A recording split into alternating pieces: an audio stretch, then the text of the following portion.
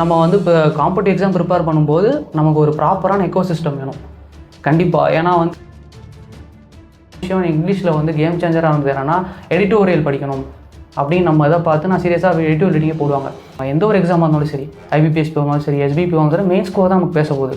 So அதில் அந்த மெயின்ஸில் எனக்கு ப்ராஜெக்ட்கே வந்து அது இன்னும் சார் வந்து பெருசாக கொண்டு போகணுங்கிறது என்னுடைய ஆசை. இன்னும் நிறைய ஆஸ்பிரன்ஸ் போய் கொண்டு போகணுன்ட்டு இன்டர்வியூவில் அவங்க செக் பண்ணுறது நம்மளுடைய ஆஃபீஸர் லைக் குவாலிட்டிஸ் இருக்கா, நம்மளுடைய மைண்ட் செட் எப்படி இருக்குது, ஆட்டிடியூட் எப்படி இருக்குது, நம்ம எப்படி பர்சன் பண்ணுறோம் தான் முக்கியமாக செக் பண்ணுறாங்க. We welcome Mr. Shubha Vishal for clearing Canara Bank PO. Thank you ma'am. எவ்வளோ இயர்ஸ் சார் ப்ரிப்பேர் பண்ணுறீங்க? சார் நான் கிட்டத்தட்ட பேங்கிங் ஜேர்னி ஆரம்பிச்சு கிட்டத்தட்ட 3 years ஆகுது மேம். ஓகே. கிட்டத்தட்ட 3 years இப்போ 20s ஆகும்போது 3 years ஃபுல் ஜேர்னி ஆகிடுச்சு. கிட்டத்தட்ட ஒரு யூஜி டிகிரி மாதிரி தான் எனக்கு ஃபீல் ஆகுது. ஓகே. ஃபுல்லாக ஒரு ப்ரிப்பேர் பண்ணது ஓகே. வெளியில் ஒரு என்னை மோல்ட் பண்ண ஒரு ஜேர்னின்னு சொல்லலாம். நம்ம காலேஜில் படித்தா கூட அது வந்து இந்த காலேஜிலே போயிடுச்சு. பட் இந்த ஜேர்னி வந்து நல்லாவே என்னை மோல்ட் பண்ணிச்சு. சூப்பர். எப்படி பேங்கிங் செக்டருக்குள்ளே வரணும் அப்படின்ற தாட் எப்படி வந்துச்சு? மேம் நான் ஆக்சுவலாக வந்து இன்ஜினியரிங் கிராஜுவேட். நான் ஆக்சுவலாக படித்தது மெக்கானிக்கல் இன்ஜினியரிங் ப்ரிப்பேர் பண்ணேன். பட் வந்து அதுக்கப்புறம் வந்து எனக்கு வந்து ஒரு பீப்புளோட கனெக்ட் ஆகக்கூடிய ஒரு ஜாபாக இருக்கணும், அது மாதிரி வந்து சொசைட்டிலும் ஒரு நல்ல ஒரு ப்ரொஃபஷனல் ஜேர்னியாக இருக்கணும், நான் தொடர்ந்து லேர்ன் பண்ணிட்டே இருக்கணும் அப்படிங்கிற மாதிரி ஒரு ஃபீல்டை சூஸ் பண்ணணும்னு சர்ச் பண்ணேன். அப்போ யூபிஎஸ்சி, டிஎன்பிஎஸ்சி எல்லாருமே நிறைய பேர் சொன்னாங்க. பட் நான் பேங்கிங்கை சூஸ் பண்ணதுக்கு காரணம் ஃபர்ஸ்ட் ஆஃப் ஆல் எனக்கு ஒரு ஸ்ட்ரென்த்து இங்கிலீஷ் கொஞ்சம் எனக்கு வந்து கொஞ்சம் நல்லாயிருக்கும். அந்த இங்கிலீஷ் பார்த்ததில் அதனால் எனக்கு ஒரு பிடிப்பாக பட்டுச்சு. அதுக்கப்புறம் என்ன பார்த்தோன்னா நிறைய மக்கள் எல்லாம் சந்திக்க முடியும். இந்தியன் எக்கனாமியோட பேக் போனே பேங்கிங், அது மாதிரி அந்த ப்ரொஃபஷ்னலாக நிறையா லேர்ன் பண்ணலாம். தொடர்ந்து கண்டினியூஸாக ஒரு இது படித்தோன்னு இல்லை, தொடர்ந்து நம்ம அந்த ப்ரொஃபஷனலாக லேர்ன் பண்ணிக்கிட்டே இருக்கணும் அப்படிங்கிற ஒரு இதில் அது மாதிரி ஆப்பர்ச்சுனிட்டிஸும் நிறையா இருந்தது. ஏன்னா ஒரு பேங்க் மட்டும் கிடையாது இந்தியாவில், கிட்டத்தட்ட 11 பப்ளிக் செக்டர் பேங்க்ஸ் இருந்தது. ஸோ நிறைய ஆப்பர்ச்சுனிட்டிஸ்னு தோணுச்சு. ஸோ அதனால் எனக்கு பேங்க் ஜர்னி ஸ்டார்ட் பண்ணுவோம் அப்படின்னு சொல்லிட்டு தான் அதுக்கப்புறம் காலேஜ் முடிச்ச பிறகு தான் நான் டிசிஷனே ஸ்டார்ட் பண்ணேன் கான்ஷியஸாக. அதுலேருந்து தான் தொடர்ந்து ப்ரிப்பேர் பண்ணி இப்போ வந்து நான் ஐபிபிஎஸ்பியோட கனரா பேங்க்கில் இருக்கேன், ஜாயின் பண்ணியிருக்கேன். அந்த ஜர்னி ஃபினிஷ் ஆகிருக்கு இப்போ தான். சூப்பர். ஸோ ஃபர்ஸ்ட் இயர் நீங்கள் ப்ரிப்பரேஷன் பண்ணுறப்ப என்ன மிஸ்டேக்ஸ்லாம் பண்ணீங்க? ஃபர்ஸ்ட் 3 years பண்ணீங்க. ஃபர்ஸ்ட் இயர்ல ஏதோ மிஸ்டேக் பண்ணியிருப்பீங்க, அதை ரெக்டிஃபை பண்ணி கொண்டு வந்திருப்பீங்க. அது என்ன மாதிரி மிஸ்டேக்ஸாக இருந்துச்சு? நம்ம ஃபர்ஸ்ட் இயர் ஸ்டார்ட் பண்ணும்போது எனக்கு வந்து ஃபஸ்ட்டு சிலபஸ் எப்படி கவர் ஆகணும், ப்ரிலிம்ஸ் ஸ்கோர் மாதிரி ப்ரிப்பேர் பண்ணணும், மெயின் ஸ்கோர் மாதிரி எப்படி ப்ரிப்பேர் பண்ணணுங்கிற ஒரு ஐடியா எல்லாம் இருந்தது. ஸோ நார்மலாக வந்து மேக்ஸ்னா மேக்ஸ் இருக்கும், இங்கிலீஷ்னா இங்கிலீஷாக இருக்கும் அப்படிங்கிற மாதிரி நான் வந்து ஜஸ்ட் வந்து ஒரு காலேஜில் படித்தோம், 12th 12th படிச்சு அந்த மாதிரி தான் இருக்கும் அப்படிங்கிற மாதிரி ஒரு ஃபீல் இருந்தேன். அதுக்கப்புறம் தொடர்ந்து நான் ப்ரிப்பேர் பண்ண ஆரம்பிக்கும் போது அந்த எக்ஸாம்ஸ்லாம் கொடுக்கும்போது தான் தெரிஞ்சுது. ஸோ நமக்கு வந்து ஒரு கைடன்ஸ் தேவைப்படுது.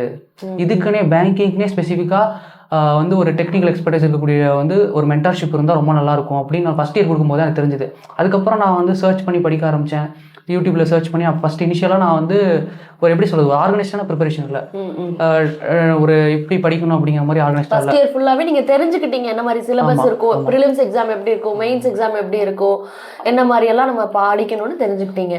செகண்ட் இயர் அதுக்கப்புறம் தான் நம்ம வந்து ஒரு சப்போர்ட் நமக்கு தேவை, ஒரு மென்டர்ஷிப் நமக்கு தேவை அப்படின்னு சொல்லிட்டு தான் நம்ம கேஆரோடைய சப்போர்ட் ரொம்ப ஹெல்ப்ஃபுல்லாக இருந்துச்சு. முக்கியமாக சாரோடைய ப்ராஜெக்ட் ஏன்னா எனக்கு மெயின்ஸில் வந்து நான் குவான்ஸ் பார்த்தோன்னா ப்ரிலிம்ஸில் ஒன்றும் தெரில. பட் ஆனால் அந்த மெயின்ஸுக்குள்ளே போகும்போது அப்படிங்கிற பட்சத்தில் தான் எனக்கு வந்து ரொம்பவே ஒரு இதாக இருந்தது. என்னடா அப்படிலாம் சம்ஸ் வருது, எனக்கு கொஞ்சம் வித்தியாசமாக இருந்தது, இது எப்படி கொண்டு வரதுன்னு எனக்கு புரியல. ஆனால் சாரோடைய ப்ராஜெக்ட்க்கு எனக்கு வந்து அந்த இதில் ஏன்னா பார்த்தீங்கன்னா எல்லாம் ஹிந்தியில் நிறையா போட்டுருந்தாங்க தேவையில்ல, நம்ம தமிழில் போடுறதுக்கு மெயின்ஸ் கைடன்ஸுக்கு வந்து நம்ம சாரோடைய வீடியோஸ் நான் பார்க்கும்போது ரொம்ப ஹெல்ப்ஃபுல்லாக இருந்துச்சு. எனக்கு ப்ராஜெக்ட்கே சம்மந்தமானது ரொம்ப உதவியாக இருந்தது. அதே போல் எனக்கு வந்து ஃபஸ்ட்டு இனிஷியலாக வந்து நான் வந்து கிராமர்னு சொல்லிட்டு நான் நிறைய படிச்சிருந்தேன், நம்ம ஸ்கூல் புக்ஸ்லாம் எடுத்து ரெஃபர் பண்ணிருந்தேன். அப்போ தான் எனக்கு தெரிஞ்சது அவ்வளோ தேவையில்லை, நம்ம பேங்கிங் செக்டர் போது தேவையில்லை. நம்ம ரீனா மேமோடைய வந்து ஒரு 120 கிராமர் ரூல்ஸ் போட்டிருப்பாங்க, ஃபுல்லாக தமிழ்லேயே எக்ஸ்பிளைன் பண்ணியிருப்பாங்க. அது ரொம்ப ஒரு கேம் சேஞ்சராக இருந்தது எனக்கு. ஏன்னா ஒரு இங்கிலீஷில் கிராமர் ரூல்ஸ் இருந்தால் தமிழில் எக்ஸ்பிளைன் பண்ணும்போது நல்லாவே பதிஞ்சிருச்சு. ஸோ அது வந்து எனக்கு வந்து அந்த கிராமட்டிக்கலில் ஒரு நல்ல ஒரு கிராஸ்பை கொடுத்தது. அதுவே எனக்கு மற்றதில் ஸ்கோர். ஃபார் எக்ஸாம்பிள் பார்த்தீங்கன்னா இங்கிலீஷ்னு எடுத்துட்டிங்கன்னா கிராமர் வந்து எல்லாத்துலையும் யூஸ் பண்ணலாம். ஃபார் எக்ஸாம்பிள் நமக்கு வந்து பேராஜம்பிள்ஸ் வரும், ஈவன் பேராஜம்பிள்ஸ் அரேஞ்ச் பண்ணும்போது ஒவ்வொரு சென்டென்ஸும் கிராமர் வச்சே நம்ம அரேஞ்ச் பண்ணிடலாம். அப்புறம் வந்து எரர் ஸ்பாட்டிங் இருக்குது, அப்புறம் வந்து ஃபில் இன் த பிளாங்க்ஸ் மாதிரியான அந்த இதெல்லாம் வரும். ஸோ அதில் எனக்கு அதுலேயுமே நம்ம கிராமர் யூஸ் பண்ணிக்கலாம். கிராமருங்கிறது நம்ம வந்து தியரிட்டிக்கலாக மட்டும் பார்க்க வேண்டியதில்லை, ப்ராக்டிக்கலாக நம்ம எக்ஸாமில் அப்ளை பண்ண முடியும். அது ஒரு மாதிரி ரொம்ப ஹெல்ப்ஃபுல்லாக இருந்தது எனக்கு அந்த கிராஃப் பிடிச்சது. அதுக்கப்புறம் இன்னொரு முக்கியமான விஷயம் இங்கிலீஷில் வந்து கேம் சேஞ்சராக இருந்தது என்னென்னா எடிட்டோரியல் படிக்கணும் அப்படின்னு நம்ம இதை பார்த்து நான் சீரியஸாக எடிட்டோரியல் ரீடிங்கே போடுவாங்க. அந்த எடிட்டோரியல் நான் வந்து கிராஸ் பண்ணிட்டேன். மேம் சொன்னேன் எடிட்டோரியல் நல்லா படிக்க சொன்னாங்க. ஸோ அந்த டெய்லியுமே நான் வந்து அதுக்கப்புறம் தவறவே இல்லை. நான் டெய்லியுமே ஒரு என்ன நடந்தாலும் சரி ஒரு எடிட்டோரியல் நான் படிச்சிடுவேன். ஹிந்து நியூஸ் பேப்பரில் நான் எடுத்துக்கிட்டது. அதில் வந்து இந்த எடிட்டோரியலை பார்த்து வெக்காபுலரி வந்து தெரியாத வேர்ட்ஸுக்கு நான் வந்து பார்த்துப்பேன், ஆன்லைன்லேயே பார்த்துட்டு அதை முடிந்தால் எனக்கு டைம் இருந்தாலும் அதை சம்மரியாக எடுத்துப்பேன். அதோடைய அந்த பெரிய எடிட்டோரியல் ஆர்டிக்கலாக இருக்கும், அது ஒரு 50 வேர்ட்ஸ்க்குள்ளே நான் சம்மரைஸ் பண்ணிவிடுவேன். அது வந்து எனக்கு டிஸ்கிரிப்டிவ் பேப்பருமே இது மாதிரி தொடர்ந்து பண்ணும்போது எனக்கு ரொம்ப ஹெல்ப்ஃபுல்லாக இருந்துச்சு. ஓவராலுமே வந்து ரீடிங் காம்ப்ரிஹென்ஷனு அதெல்லாம் படிக்கும்போது செம்ம கிராஸ்பாக இருந்தது. அதில் வந்து ரொம்ப ஹெல்ப்ஃபுல்லாக பண்ணேன். குவான்ஸுக்கு முக்கியமாக நான் வந்து ஃபஸ்ட்டு இனிஷியலாக நான் ஸ்ட்ரகிள் ஆனேன். ரொம்பவே ஸ்ட்ரகிள் ஆனேன். ஃபஸ்ட்டு இனிஷியலாக சொல்லணும்னா, இனிஷியலாக வந்து சிம்ப்ளிஃபிகேஷன்லாம் அதெல்லாம் கொஞ்சம் ஈஸியாக இருந்தது. சிம்ப்ளிஃபிகேஷன் நம்பர் சீரிஸ்லாம் அது ஒரு லாஜிக்கலாக இருந்தாலும் தொடர்ந்து போட்டேன். பட் எங்கே நான் ஸ்ட்ரக் ஆக ஆரம்பித்தேன், எங்கே மிஸ் பண்ணுறோம் அப்படின்னு, எங்கே ஸ்கோரில் டாப்பருக்கும் செலக்ட் ஆகிறதுக்கும் என்ன வித்தியாசம் அப்படின்னு பார்த்தீங்கன்னா, அந்த அப்ளிகேஷன் கிராஸ்ப்பு. அந்த அப்ளிகேஷன் சம்ஸுக்கு வந்து நம்ம ப்ராப்பரான கைடன்ஸ் கண்டிப்பாக வேணும். ஏன்னா வந்து பேங்கிங் செக்டாருக்கு ஏற்ற மாதிரி நம்ம வந்து தனியாக ப்ரிப்பேர் பண்ணணும். அது ரொம்ப நல்லது. நமக்கு வந்து சீக்கிரம் ரிசல்ட்ஸ் வரும். அப்போ தான் நம்மளால் ஒரு ஷார்ட் டைம் பீரியடில் எஃபிஷியண்ட்டாக நல்லா மார்க்ஸ் ஸ்கோர் பண்ண முடியும். அப்போ வந்து பார்த்தீங்கன்னா, அந்த அப்ளிகேஷன் சம் ஃபஸ்ட்டு பேசிக்காக நான் எடுத்து ப்ரிப்பேர் பண்ண ஆரம்பித்தேன். எனக்கு வந்து ப்ரிலிம்ஸில் கூட எதுவும் தெரில. அந்த மெயின்ஸில் எனக்கு ப்ராஜெக்ட்கே வந்து அது இன்னும் சார் வந்து பெருசாக கொண்டு போகணுங்கிறது என்னுடைய ஆசை. இன்னும் நிறைய ஆஸ்பிரன்ஸ் போய் கொண்டு போகணுன்ட்டு. மெயின்ஸில் ரொம்ப எனக்கு உதவியாக இருந்தது. ஏன்னா அந்த டிஏ பார்த்தீங்கன்னா, டிஏ வந்து நம்ம வந்து மற்ற ஸ்டாண்டர்ட்லாம் படிச்சுக்க மாட்டோம். நார்மலாக டேட்டா இன்டர்பிரேஷன் எடுக்கலாம். அதில் வந்து அப்ளிகேஷனும் கலந்துருக்கும். அதில் வந்து நார்மல் டேட்டா இன்டர்பிரேஷன் ரேஷியோ ப்ரொபோர்ஷனும் கலந்துருக்கும். அதை கரெக்டாக என்டர் பண்ணி ஃபாஸ்ட்டாக போட்டோம்னாலே நம்ம டிஏ நல்லா ஸ்கோர் பண்ணாலே குவான்ஸில் வந்து நல்ல பர்சன்டேஜ் ஸ்கோர் பண்ணிடலாம். காம்படிட்டிவ்ஸ் வந்து நம்ம வந்து ஹெவியாக இது பண்ணலாம். அது வந்து குவான்ஸ் நல்லா ஸ்கோர் பண்ணாலே காம்படிஷனை நமக்கு வந்து ஃபேவராக கொண்டு வரும். மற்ற சப்ஜெக்ட்டை நம்ம வந்து கொஞ்சம் லீனாக எடுத்துக்கலாம். ஸோ அப்படிங்கிற பட்சத்தில் எனக்கு ரொம்ப உதவியாக இருந்தது, ரொம்ப ஹெல்ப்ஃபுல்லாக இருந்தது எனக்கு. தேங்க்ஸ் ஃபார் கனி ஷேர் இது. அதுக்கப்புறம் பார்த்தீங்கன்னா, நான் வந்து ரீசனிங் வந்து நார்மலாக வந்து தொடர்ந்து நான் ப்ராக்டிஸ் பண்ணேன். நிறையா மார்க் டெஸ்ட் எடுத்து அதில் ரீசனிங்கை பொறுத்தளவு எனக்கு அந்தளவுக்கு நான் டிஃபிகல்ட்டை ஃபேஸ் பண்ணல. எனக்கு பர்சனலாக ஒவ்வொருத்தருக்கும் இண்டிவிஜுவலாக அது மாறுபடும். நான் அதை வந்து நிறைய மார்க் போட்டேன். நிறையா அது ப்ராக்டிஸ் பண்ண எனக்கு ஸ்பீடு போதுமான ஸ்கோர் எனக்கு வந்துருச்சு. நல்ல பர்சன்டேஜ் வந்தனால நான் அதை அப்படி கண்டினியூ பண்ணிட்டேன். இன்னொன்று பார்த்தீங்கன்னா, மெயின்ஸ் தான் நமக்கு முக்கியம். ப்ரிலிம்ஸ் வந்து நம்ம எல்லாருமே வந்து கிராஸ் பண்ணி ஓரளவு நம்ம ப்ராக்டிஸ் பண்ணாலே ஸ்பீடு வந்துடும். அதில் வந்து ஓரளவு நம்ம வந்து வந்துடலாம். பட் மெயின்ஸ் தான் நமக்கு முக்கியம். பிகாஸ் மெயின் ஸ்கோர் தான் நமக்கு வந்து எல்லாத்துக்குமே ஆட் பண்ணுவாங்க. ரேங்கிங்க்கும் அதான் கொண்டு போவாங்க. எந்த ஒரு எக்ஸாமாக இருந்தாலும் சரி, ஐபிபிஎஸ்பி இருந்தாலும் சரி, எஸ்பிபி இருந்தாலும் சரி, மெயின் ஸ்கோர் தான் நமக்கு பேச போகுது. ஸோ அதில் வந்து ஸ்கோர் பண்ண முக்கியம். இப்போ அந்த குவான்ஸ் ரீசனிங் இங்கிலீஷ் முடிச்சா இதான் வந்து கண்டிப்பாக அதில் ஸ்கோர் பண்ணி ஆகணும். This is must. ஏன்னா எல்லாருமே ஸ்கோர் பண்ணக்கூடிய ஒரு பாட்டுங்கனால. அதுக்கப்புறம் டிஃபரன்ஸை காட்டக்கூடிய 2 விஷயங்கள் இருக்குது. நம்ம பிஓ பேப்பரை பொறுத்தவரை ஐபிபிஎஸ்பி போகணும் சரி, எஸ்பிபி போகணும் சரி. கரண்ட் அஃபேர்ஸ் ஒரு முக்கியமான செக்ஷன். அதை வந்து தெளிவாக நம்ம ப்ரிப்பேர் பண்ணணும். அதை தெளிவாக நம்ம ப்ரிப்பேர் பண்ணாலே அதில் நல்லா ஸ்கோர் எடுக்கலாம். எல்லாத்தையும் படிக்கணும் அவசியம் கிடையாது. பட் ப்ராப்பராக ஆர்கனைஸ் பண்ண மெட்டீரியல் நமக்கு ஒன்று வேணும். ஏன்னா நம்ம வந்து எல்லாத்தையும் நியூஸ் பேப்பரில் படிக்கலாம்.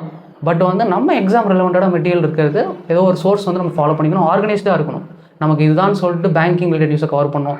அது மாதிரியான ஆர்கனைஸ்டான சோர்ஸ் நம்ம யூஸ் பண்ணோம்னா அது ஒரு எக்ஸாம் டேட்லேருந்து ஒரு 6 மாதம் கவர் பண்ணுறது ரொம்ப நல்ல விஷயம். அப்படி இல்லைன்னா அட்லீஸ்ட் நம்ம 3 மந்த்ஸாவது கவர் பண்ணிட்டு போனால் தான் அதில் நல்லா ஸ்கோர் ஓரளவுக்கு நம்ம காம்படிஷனில் இருக்க முடியும்.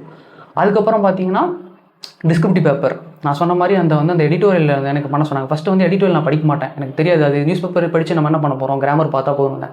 அதுக்கப்புறம் தான் நம்ம கேஆருடைய அந்த மேம் ரீனா மேம் சொன்னது எனக்கு வந்து எடிட்டோரியல் தினமும் படிங்கன்னு சொன்னாங்க. உண்மையிலே செம்மையாக இருந்தது. அது உண்மையிலே ஒரு நல்ல விஷயம். நான் தொடர்ந்து ப்ரிப்பேர் பண்ண ஆரம்பித்தேன். தினமுமே எடிட்டோரியல் நான் வந்து எதை ஸ்கிப் பண்ணாலும் எடிட்டோரியல் ஸ்கிப் பண்ணவே மாட்டேன் நான். அது வந்து ஒரு ஹேபிட்டாகவும் ஒரு நல்ல அடிக்ஷனாகவும் பாசிட்டிவான அடிக்ஷனாக எனக்கு மாறிடுச்சு. அந்த எடிட்டோரியல் பேஜை மட்டும் நான் என்ன ஆனாலும் அன்றைக்கி ஒரு நாள் என்ன நைட் ஆனாலும் நான் அதை படிச்சிருவேன். அது எனக்கு ஒரு அடிக்ஷனாகவே ஆகிடுச்சு, பாசிட்டிவான அடிக்ஷனாக. அதை நோட் பண்ணி நான் சம்மரைஸ் பண்ணி வச்சுருவேன் 50 வேர்ட்ஸில். எனக்கு கண்டிப்பாக அந்த 2 ஆர்டிகளை நான் நோட் பண்ணிவிடுவேன். அது பண்ண எனக்கு இப்போ பார்த்தீங்கன்னா ரீசெண்டாக வந்து ஐபிபிஎஸ் போல ஒரு மாற்றம் கொண்டு வந்தாங்க.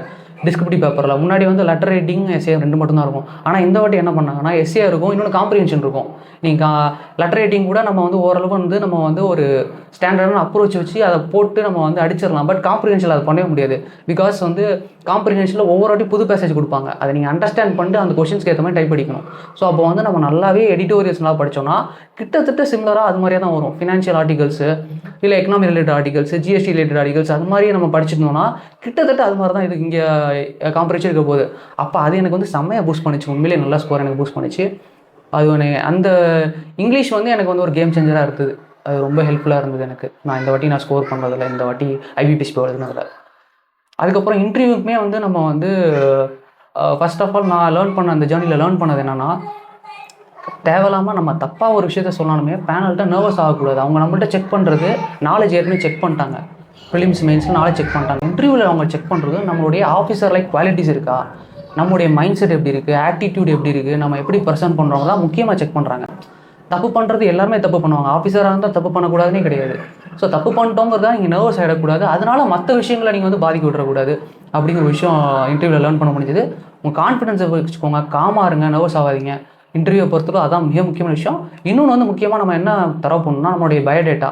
நம்ம இப்போ ஃபார் எக்ஸாம்பிள் நான் என்னுடைய கிராஜுவேஷன் பார்த்தீங்கன்னா மெக்கானிக்கல் இன்ஜினியர், அதை பற்றி நான் எப்போ முடித்தேன் என்ன அதை பற்றி விஷயங்களை கொஞ்சம் தெரிஞ்சு வச்சுக்கிறது நல்லது. அதுலேருந்து கொஸ்டின் ரைஸ் பண்ணலாம். இன்னொன்று வந்து செல்ஃப் இன்ட்ரோ, நம்மளை பற்றி ஒரு விஷயம் நம்ம எங்கே பிறந்தோம் இல்லை வந்து எங்கே படித்தோம் அப்படிங்கிற விஷயத்த ஆட் பண்ணி சொல்கிறதும் செல்ஃப் இன்ட்ரோ முக்கியமான ஒரு பாட்டு.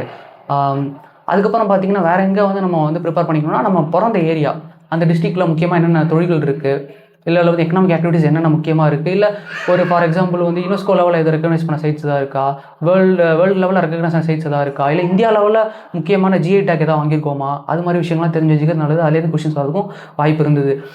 அதுக்கப்புறம் நான் வந்து இன்டர்வியூக்கு வந்து முக்கியமாக ஃபோக்கஸ் பண்ணி தான் பேங்கிங் அவேர்னஸ். நம்ம ரொம்ப டீப்பாக பேங்கிங் அவேர்னஸ் எக்ஸ்பெக்ட் பண்ணல. கண்டிப்பாக பேசிக்காக உள்ள பேங்கிங் அவேர்னஸ் நம்ம மெயின்ஸ் லெவல் ப்ரிப்பேர் பண்ணுறதே நல்லா படித்து வச்சுருந்தாலே அது ஒரு கான்ஃபிடென்ட்டாக இருக்கும். முக்கியமாக நம்மளுடைய ஆட்டிடியூடும் நம்மளுடைய கான்ஃபிடென்ஸும் இன்டர்வியூவில் முக்கியம்னு எனக்கு ஃபீல் ஆச்சு. இது மாதிரி ப்ரிப்பேர் பண்ணி இந்த எல்லாரோடைய சப்போர்ட்டும் தான். ஃபார் எக்ஸாம்பிள் வந்து நம்ம யூஜி படிக்கிற வரையும் காலேஜில் இருப்போம். அப்போ வந்து நமக்கு ஒன்றுமே தெரியாது. உள்ளே அது காலேஜ் முடிச்சுட்டு அது வந்துடும் டிகிரி, அது வேறு விஷயம். பட் ஆனால் காலேஜ் விட்டு வெளில வந்துட்டு நம்ம வந்து இப்போ காம்படிட்டிவ் எக்ஸாம் ப்ரிப்பேர் பண்ணும்போது நமக்கு ஒரு ப்ராப்பரான எக்கோசிஸ்டம் வேணும் கண்டிப்பாக. ஏன்னா வந்து இப்போ வெளில போய் படிக்கும்போது நமக்கு வந்து மோட்டிவேட்டாக இருக்காது, 4 பேர் 4 சொல்லுவாங்க, அது ஒரு டீமோட்டிவேஷன் நமக்கு இருக்கும். பட் இப்போ வந்து ப்ராப்பரான ஒரு மென்டர்ஷிப் எடுக்கும்போது, ப்ராப்பரான ஸ்டூடெண்ட்ஸ்கிட்ட சேர்ந்து படிக்கும்போது நமக்கே ஒரு பாசிட்டிவாக வரும், நம்மளுடைய ரிசல்ட்ஸ் தானாக இம்ப்ரூவ் ஆக ஆரம்பிக்கும். ஸோ அது மாதிரியான சிஸ்டம் வந்து எனக்கு கொடுத்த கேஆர் லாஜிக்ஸ் தான் நான் ரொம்ப தேங்க்ஸ் பண்ணணும். அந்த சிஸ்டத்தை நான் யூஸ் பண்ணிவிட்டு அதுலேருந்து நான் இங்கே நிறையா கெயின் பண்ணேன். அதனுடைய ரிசல்ட் தான் அதனுடைய ரிசல்ட் தான் நான் இப்போ வந்து ஐபிபிஎஸ்பிஓவில் கனரா பேங்க்கில் செலக்ட் ஆகிருக்கேன். ரொம்ப சந்தோஷமாக இருக்குது. We are very happy. அது மாதிரி என்னுடைய ஃப்ரெண்ட்ஸ் அண்ட் ஃபேமிலிக்கும் மற்ற எல்லாருக்குமே நான் சப்போர்ட் பண்ண எல்லாருக்குமே தேங்க்ஸ் சொல்கிறேன். இந்த பிளாட்ஃபார்ம் இதுக்கு நான் இந்த பிளாட்ஃபார்ம் கொடுத்த கேஆருக்கு ரொம்ப ரொம்ப தேங்க்ஸ் பண்ணுறேன். சார் வந்து ரொம்பவே அழகாக டிஸ்கிரைப் பண்ணியிருந்தாங்க.